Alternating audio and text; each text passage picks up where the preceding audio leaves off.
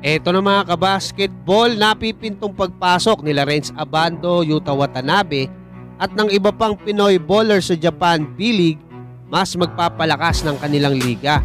At future is bright pa rin para sa mga batang players ng Pilipinas dahil pwedeng maibigay yan ng Japan B-League. At Kai Sotto, Yuki Kawamura at Yuta Watanabe gustong pagsama-samahin. Pero bago yan, huwag kalimutan mag-like at mag-subscribe bilang pagsuporta. Kahapon nga mga kabasketball, naibalita na ni Baek 1983 na opisyal na ngang tumanggi itong si Renz Abando diyan sa kanyang kupunan na JKJ diyan nga sa KBL, no?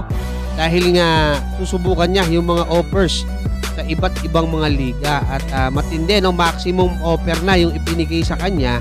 Pati yung direktor na si Kim Sang-sik ay kumbaga nakipag-usap na rin pero tinanggihan niya kasi nga alam naman natin na sikat itong si Renz Abando, marami rin taga-suporta to. Kaya gaya ng sinabi ko nung mga nakaraang video ko, pipiliting kunin to ng Japan B-League gaya ng ginawa nila noon nga sa Rookie of the Year ng KBL na si RJ Abarrientos. Meron pang good news para nga sa taga-subaybay ng Japan B-League kasi itong si Yuta Watanabe ay maglalaro na rin dyan nga sa kanilang liga kasi taga dyan naman siya. At maraming nagsasabi kasi nag-post itong Japan B-League kung saan daw nila gustong mapuntang team. Itong si Yuta Watanabe dyan nga sa Japan B-League. At maraming nagsasabi na sa Yokohama, no? Kasi taga Yokohama pala itong si Yuta Watanabe, 6'9", pero small forward yung laruan, no? Napakalaki niya para sa height niya kaya siguradong lalakas yung team nakukuha sa kanya. So doon sa posibilidad mga kabasketball, malaki naman talaga. Yun nga lang syempre, hindi pa natin alam kung ano yung mangyayari. Kanina nga hindi ulit pinaglaro ng Yokohama, no? Etong si Yuki Kawamura kasi mga kabasketball hindi na sila papasok diyan nga sa playoffs. So para sa ating pambatong si Kai Sotto, iwas injury na lang kasi no bearing na yan eh. Ngayon, bakit ko ba sinasabi na mas lalakas itong Japan B-League sa pagpasok nila Renz Abando, Yuta Watanabe, saka yung mga ibang Pinoy bowlers diyan nga sa Japan B-League? Kasi nga mga kabasketball, hahakutin na nila yung mga Pilipino, hindi lang yung mga naglalaro sa professional, sa college, maging sa high school. Paano ko nasasabi yan? Kasi dito sa darating na B-League Premier, magsisimula to sa 2026. Gusto kasi nilang maging pinakamalaking liga, no? Kasama dyan yung kumbaga puno lahat ng venue, bawat laro, araw-araw na yung gagawin nila mga kabasketball.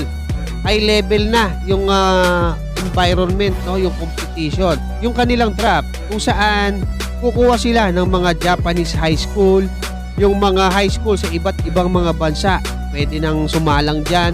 Yung mga nasa university, halimbawa sa sa NCAA dito sa Pilipinas, sa UAAP, pwede na rin sumalang dyan sa draft.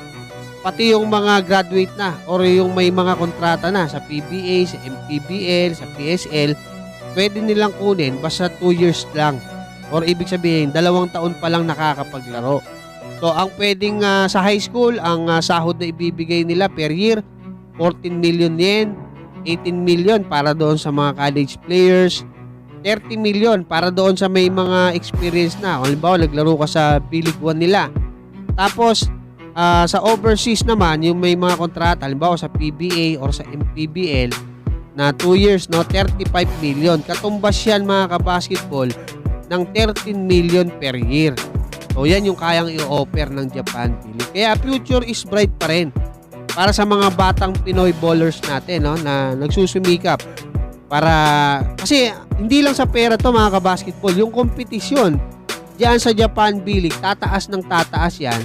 Pwede silang kumbaga talagang kumbaga lalakas sila diyan. Pwede silang magkaroon ng tsansa na umangat pa, makapasok sa NBA, makapaglaro sa EuroLeague o sa iba't iba pang mga malalaking liga. Hanggang diyan mga kabasketball, maraming salamat at God bless.